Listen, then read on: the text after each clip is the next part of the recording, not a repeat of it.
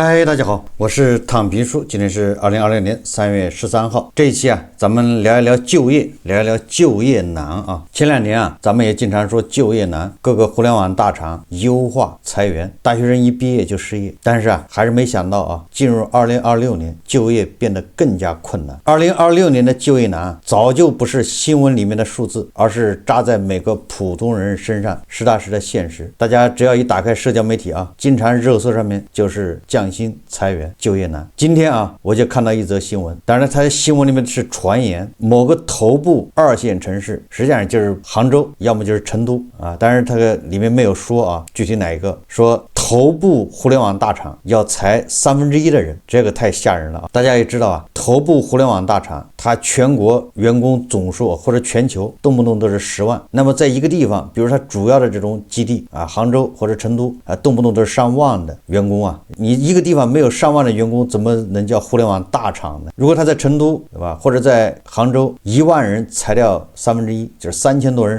下岗，那这3000多人去哪儿找工作呢？这岗位又少了3000个这3000人不管是去哪个行业找工作，都会这个叫竞争加剧加剧了内卷，那别的人找工作就更难，是吧？这个就是加剧就业难。没有惊天动地的行业崩塌，也没听说哪个公司暴雷，什么倒闭破产，对吧？一切感觉都是静悄悄的，也没有轰轰烈烈的裁员潮，却处处都是让人窒息的细碎困境，每一个都戳中普通人的痛点。打开 BOSS 直聘、智联招聘，翻来覆去就那几个熟热熟面孔岗位要么标着35岁以下超龄勿扰，要么写着无相关经验勿投。更离谱的是，连个普通文员岗都要求熟练用 AI 写文案做表格。以前总觉得体制内国企是铁饭碗，可现在要么缩减编制，要么用智能系统替代人工。不少人干了10几年，突然就没了岗位，就连刚毕业的应届生也被卷到喘不过气。这就是当下中国求职的现状。不光是这个就业市场，包括体制内，对吧？有编制的老师现在很多地方已经不招了，只出不进，在分流。很多地方的公务员也一样，所以这个就业是全面的困难。更要命的是什么呢？人力资源社会保障部部长王小平在两会上说今年高校毕业生预计1270万人，什么概念呢？就是比去年增加48万人，再创历史新高。就是一边是岗位在减少，一边是求职的大学生在增加，比去年多了将近50万。去年还有很多大学生根本就没有消化，还没找到工作，还在家里啃老，要么就是晃荡。前年还有很多人也没找到工作，再往前的，对吧？找到工作的现在又被裁了，还在找工作。所以你说这个1270万大学生每年都这么多人往市场上供应，但是岗位在减少，是不是供大于求供大于求就是内卷加剧。1270万大学生基本上就是毕业即失业。所以说你要考虑今年是1270万人毕业叠加往届未就业群体和企业岗位收缩的压力，就业市场供需矛盾空前凸显。毕业即失业是很多应届生正面对的真实困境。所以说2020年的中国就业市场正面临前所未有的严峻考验。国家统计局的数据显示全国城镇调查失业率为 5.1%， 但是16到24岁青年失业率高达 16.5%， 这个是不包含在校大学生就是你在上学的不算，相当于每6个年轻人中有1个人失业，对吧？这不仅仅是数字的冰冷的呈现，而是无数家庭焦虑与青年一代的迷茫，也就是好多人不知道自己未来能干什么，考了个大学干什么。当然了，这种迷茫一代人都有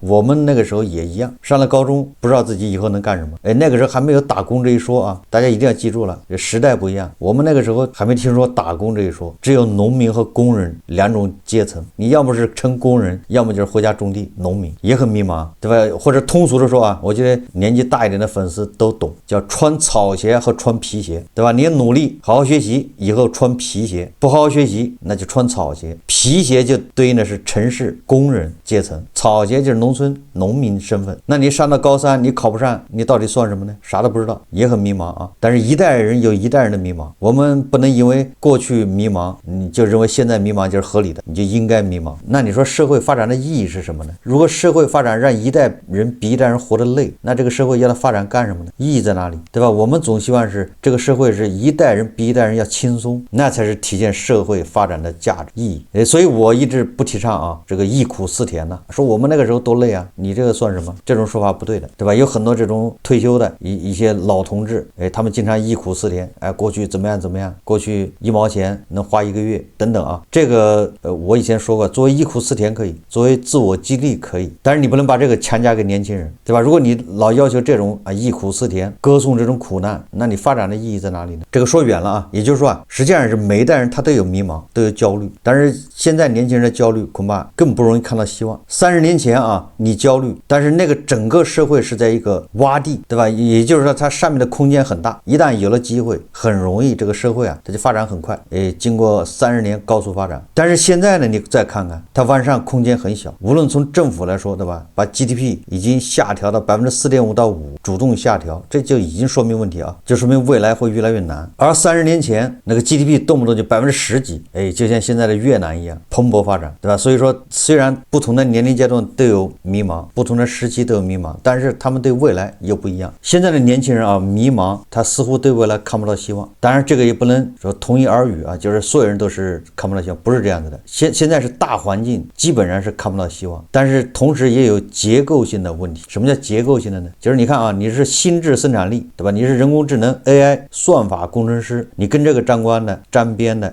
现在日子好过，工资很高，对吧？有的算法工程师，有的是个大模型的，动不动年薪都是100万以上，对吧？做人工智能相关的行业的收入都还不错，这叫结构性。但是这个人数非常少，结构性的，而绝大部分都是传统行业，这些传统行业跟这个都不沾边，而且传统行业可以说是深受这个人工智能伤害。人工智能发展越好，这个行业的岗位就越少，很多人就被取代掉了。所以就是最近，对吧？经济学界那个经济学家还专家，他们都提倡一个概念叫无就业繁荣，也就是你看很多地方 GDP 它在涨，但是它的就业反而在下降。这不光是中国这个是全球恐怕都要面对的问题。那对牛马来说，对吧？你本来可以拿身体换钱，拿你的8小时换钱，现在连这个机会都没了。所以我在以前有个节目说了，对吧？我们现在是双重焦虑什么叫双重焦虑一个是我们的财富分配还有问题，就业难，然后又叠加人工智能发展，岗位在越来越少，这加剧了就业难。难到什么程度我们看一些数据这些数据未必准确，那但是只是一个参考。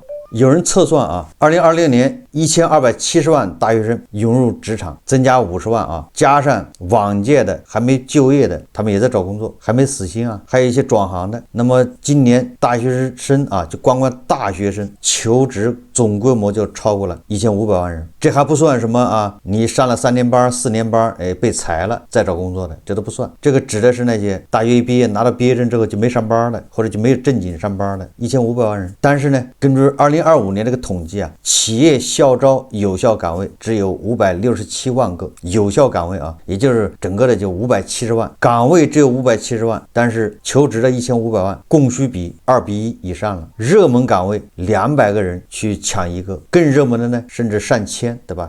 你随便发一个招聘启事恐怕有1000个人投简历。有媒体报道今年的春招岗位，每年春天不得有春季招聘吗？今年春招岗位比去年同比减少8.7%，但是求职申请量就是投简历的增长23%，这什么概念对吧？今年的岗位还少了将近10%，但是投简历的还增长了20%，是不是就内卷加剧？是不是就业就更难了？根据这个58通诚这个求职这个报告说现在简历投递效率低下，以前投10份就有1到2个面试，现在投30份都不一定有一个回应的。这个我想很多被裁了或者在找工作的人深有感触。不要说30个了，这很多人年轻的大学生还好一点你要到了35岁或者38、39这种的，你找工作你发300个都不一定有人回你。我在网上看了一个留言他说35岁在公司做了8年行政，每天端茶倒水整理文件对接考勤，勤勤恳恳没出过差错，结果说被优化就被优化。35岁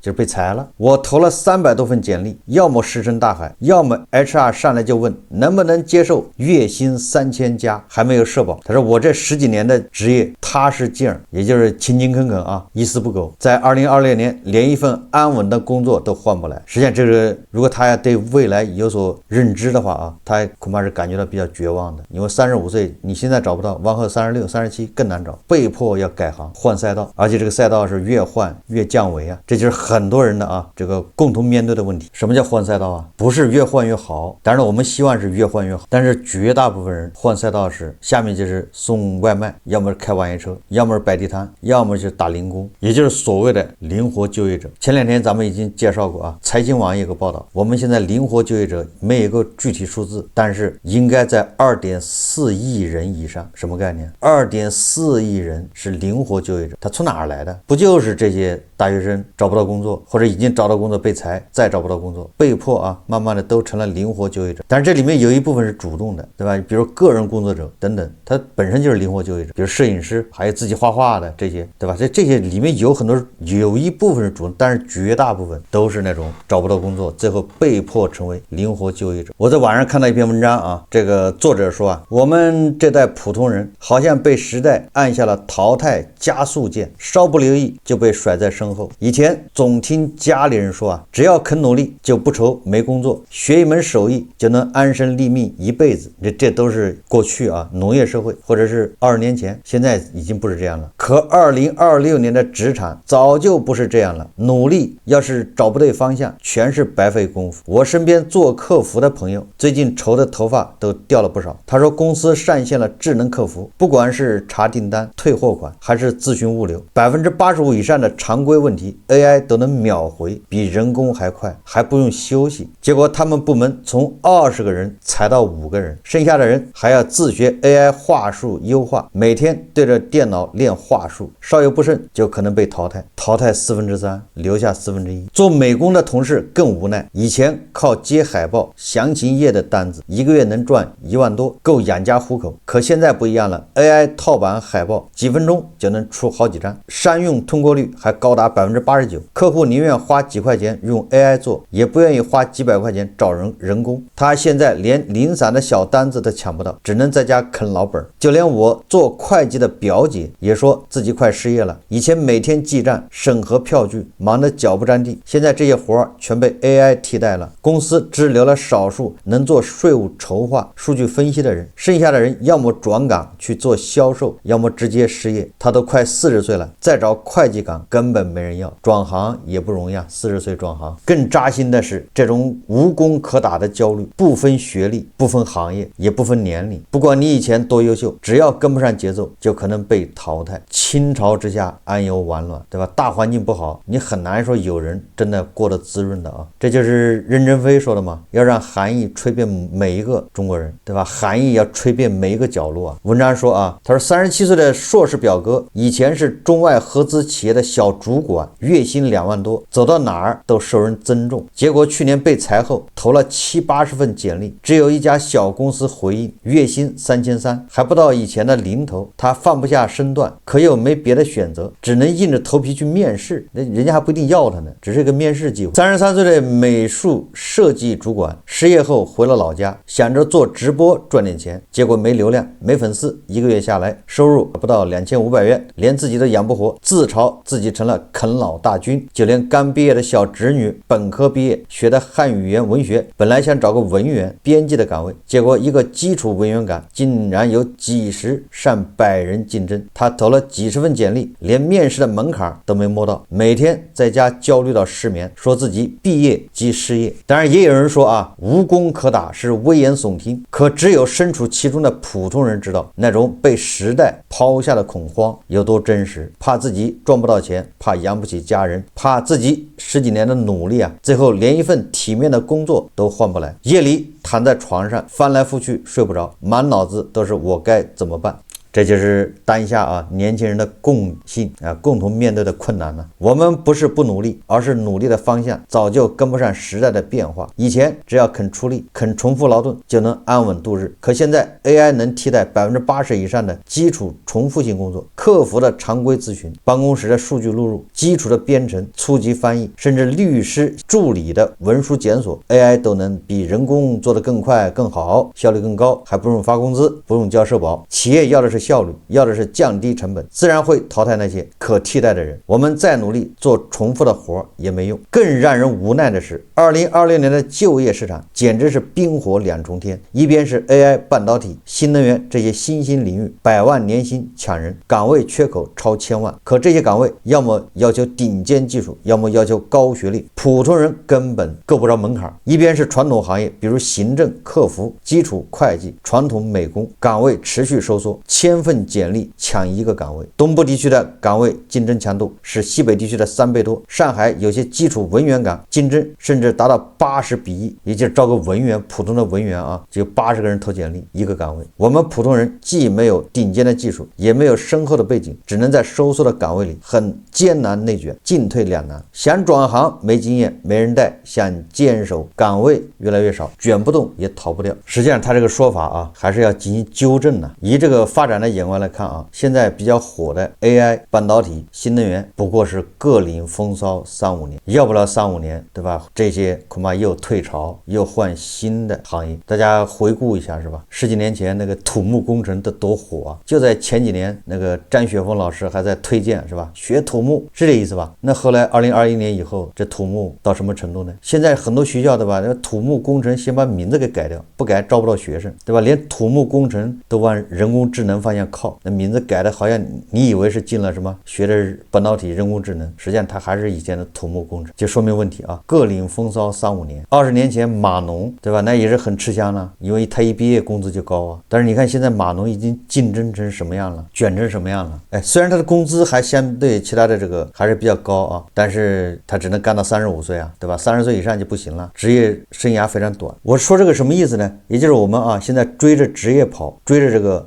现在热门职业，然后你去上大学，你报这个专业，实际上那永远都是落后的。马斯克学的什么专业呢？黄仁勋学的是什么专业呢？对吧？我们要问一问。我们还是要从几个角度来看一看就业难，对吧？什么原因？首先从这个数据方面啊，经济方面来看看，结合这个国际货币基金组织啊、世界银行和中国国家统计局2026年的数据，这个就业难，对吧？它实际上也是经济困境的一个表现，是经济整体疲软的一个反应。国际货币基金组织啊说，2026年中国 GDP 增长 4.5%， 低于2025年的 5%， 警告弱需求和全球不确定性下行风险，青年失业率高企，反映消费疲软。而这个世界银行他认为啊，咱们的 GDP 恐怕在 4.4%。 世界银行他强调是由于房地产低迷、消费不足，这个会加剧失业率的高企。而根据统计局的数据啊，城镇失业率 5.1%， 青年16.5%， 工业生产增长放缓， CPI 通缩压力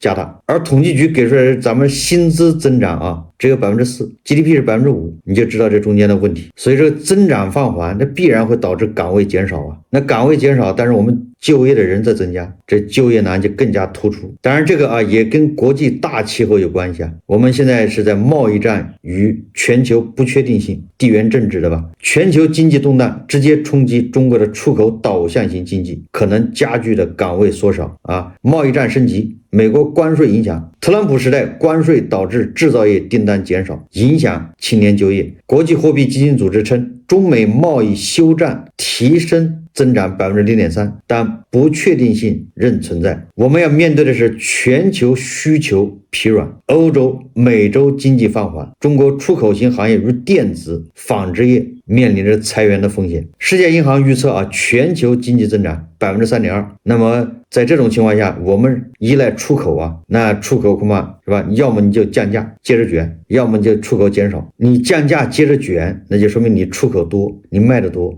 你的顺差大，但实际上利润很少，所以反映到国内啊，这些外贸行业的这些工人呢，他就没赚什么钱，也就是维持一个温饱。那么地缘政治冲突啊，这就大家都知道，就首先是这个中东的冲突，俄乌战争。地缘政治现在各国的强调安全，导致什么呢？导致供应链外移，大量的外资撤出，甚至连国内很多企业都被迫对吧去海外很多地方去建厂，这个他就带走了这个岗位啊。那国内的问题主要什么呢？结构失衡与人口压力。国内的经济问题更直接，房地产消费、人口老龄化形成恶性循环。首先是房地产低迷，对吧？这个房地产产业链上下游啊，占 GDP 的20%或者25%，但是由于从2021年开始，它一直在走下坡路，那就导致，对吧？几千万人日子不好过，那走下坡路嘛。还有一个就是结构性错配。什么叫结构性错配呢？就是新质生产力，比如硬科技、高科技、人工智能这一块，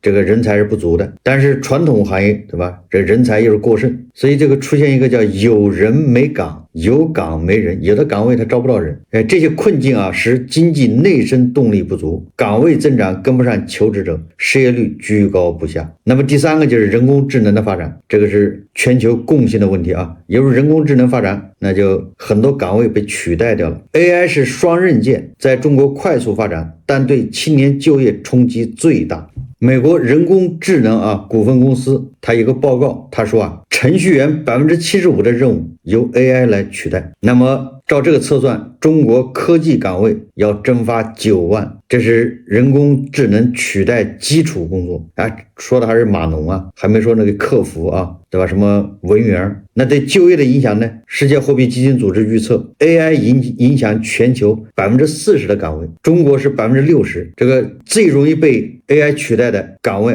比如编辑、销售、客服。2020年 AI 职位占新经济招聘的25%。虽然各国政府都纷纷应对这个人工智能的发展对就业的冲击，想积极的创造新的岗位，但是这个专家警告，人工智能的深刻冲击叫失业先于机遇，也就是失业大潮先来， AI 必将加速内卷。当然了，这个就业难也加剧了这个文凭贬值，也就是开始出现卷文凭。教育扩张导致学历贬值，本科生不值钱，硕士起薪仅提高 12.7%， 努力也没用，形成这么一个怪圈。综合分析这些因素形成闭环，就是国际压力到国内低迷，再到 AI 取代，再到就业更难，它是一环套一环。短期看是毕业潮来临，大学生越来越多；长期看是结构失衡。那有人就说了这么多，那年轻人怎么办呢？凉拌。年轻人分2类咱们说点有用的，叫正确的废话。年轻人分2类，一类就是不负债的，这一类年轻人那就踏踏实实的，该躺平躺平，就是该休息休息，该工作工作，叫随遇而安。你要看这个社会发展，你不要企图说我在前面堵它，我堵这个社会往那个方向去，我先去哪儿等着，没必要，你没有什么压力，对吧？你随便找工作3-5千一个月或者2千一个月，反正够吃饭，不行父母养着，父母的退休金。但是这个不是说你一点都不努力你就是有工作也不去做，这个没必要，你正常去上班，找不着就算了，不要人为制造焦虑情绪感觉我明天找不到工作我就完了，未来是什么这个社会人工智能社会，什么养龙虾，我就跟着去，没有必要，这个反而让你会越来越焦虑，越焦虑越容易失误，越有一种挫败感，你越会感觉到这个失败这是对那些没有负债的，一个人吃饱全家不饿的，对吧？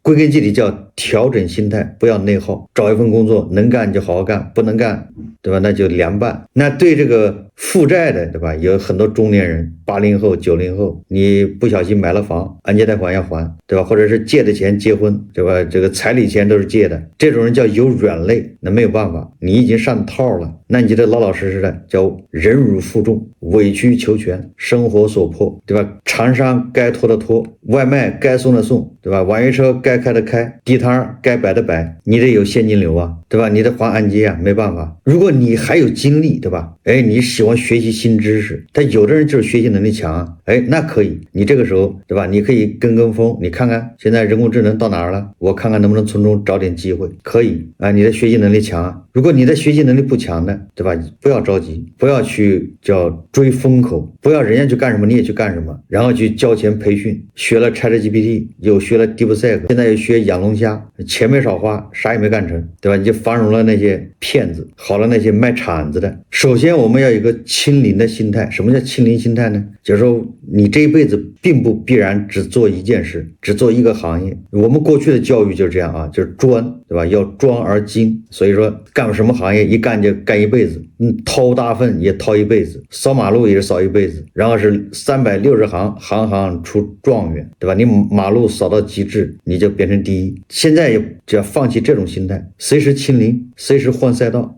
只要哪个赛道给你钱，你能养活自己就去哪个赛道。通过这40年看啊，不光是中国，整个世界它变化都很快，行业而且这个跟人的意志没关系，这叫不以人的意志为转移。40年前啊，在美国就是现在我们说的铁锈区啊，铁锈带，那是非常幸福的，就是万斯的父母他们那一代人，对吧？如果家里是双职工，都是钢铁厂的工人，那养活3、4个小孩，那是妥妥的中产家庭，有房子有汽车，是他们不努力吗？连美国都这样的吧？他们这个产业没了，行业没了，你让他们干啥去啊？在那个美国的钢铁、汽车在衰落的时候，美国的华尔街的这个资本，华尔街的这个互联网是这样的吧？互联网啊，这新兴行业也在崛起，伴随着这个钢铁传统的制造业在没落，人家新兴行业也在崛起，但是不是所有人都能赶得上的。你让一个炉钳工突然去研究手机去，这是强人所难。所以我说这个意思什么意思？就是大家看一看美国，它也这么一个状态。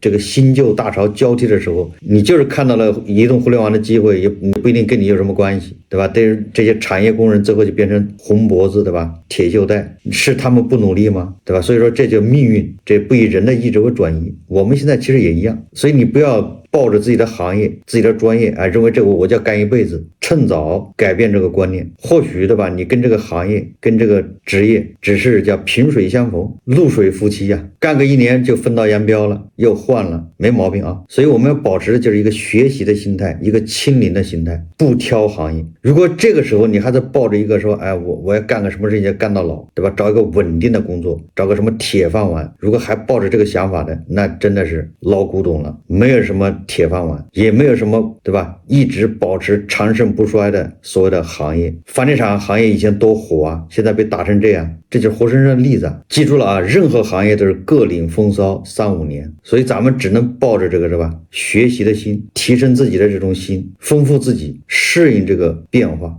所以最后我再强调一下啊，这个2026年，对吧？如果你在上班，你有工作，保工作是最重要的。这3年啊，这个工作是一年比一年难，一点都不夸张啊。如果你有一个能够按时给你发工资，到点就能发工资的工作，越来越会被人羡慕。至于干什么不重要。好，这期节目咱们就聊到这里，感谢大家收看。如果喜欢我的节目，欢迎订阅转发，也可以在下方留言评论，谢谢大家。